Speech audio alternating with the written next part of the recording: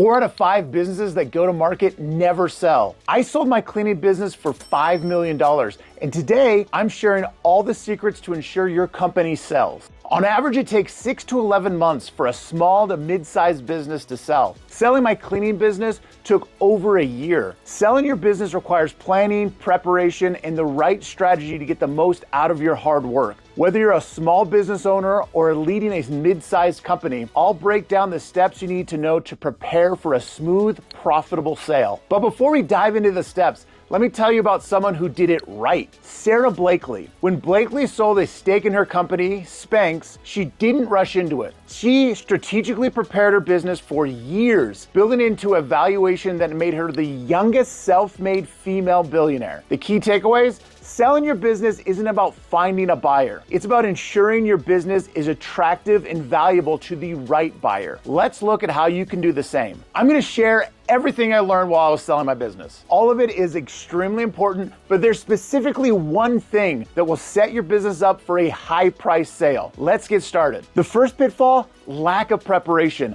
Many business owners think selling is a quick decision, but it often takes years of preparation. Potential buyers could undervalue it if you don't prepare your business financially and operationally. Look at Michael Dell, who took years restructuring and growing Dell to optimize its value before taking it public again. Preparing your business for sale means looking at your financials, operations, and market position. The next one is overestimating your business's value. And I get it, it's easy to think your business is worth way more than it is on paper, especially if you poured years into building it. However, misjudging value can scare away serious buyers. Instead, consider having a professional valuation done. This is exactly what Blake Mycoskie, founder of Tom's Shoes, did before selling portions of his company. A proper valuation sets realistic expectations and attracts the right buyers. Another one is not having a transition plan. Many owners think their role ends the moment the papers are signed, but buyers often want a smooth transition period. If you disappear too soon, it can damage the business's continuity. For instance, Tony Hsieh, the former CEO of Zappos, ensured a seamless transition by gradually stepping away after Amazon's acquisition. His involvement in the initial stages helped retain the company's culture, a key factor in Zappos' long-term success. A structured transition shows buyers that the business will stay strong post-sale. So how do you avoid these pitfalls and successfully sell your business? It's not just about timing, it's about strategy. Just like Sarah Blakely positioned Spanx for a successful sale, you need to take steps to maximize your business's value and attractiveness to potential buyers. First, prepare your business strategically. This means organizing your financials, streamlining operations, and securing a strong customer base. The more organized and stable your business appears, the more valuable it will seem to buyers. Michael Dell focused on streamlining Dell's operations to make it attractive, high-value investment. This approach helped him secure billions in valuation. Next, get a professional valuation. Knowing your business's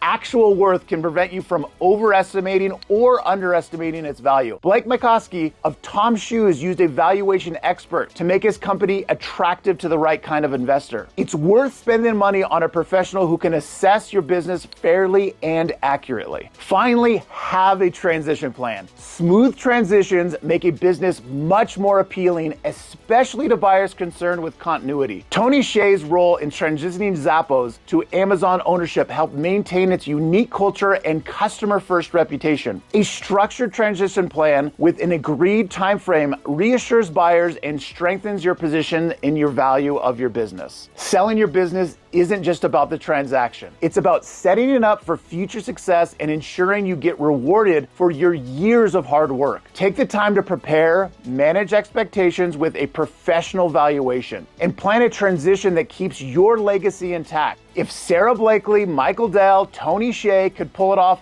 so can you. I was able to sell my business for over $5 million using these techniques. And if you're serious about selling your business or growing your business to a point where you can sell it, head over to unsexybusinessmen.com. You'll find resources on preparing for valuation, transition planning, and strategies to attract serious buyers. We also have all the information and tools you need to build and grow your business. And if you're not ready for that step yet, hit subscribe for more tips on selling, growing, and managing your business. Drop your questions in the comments below.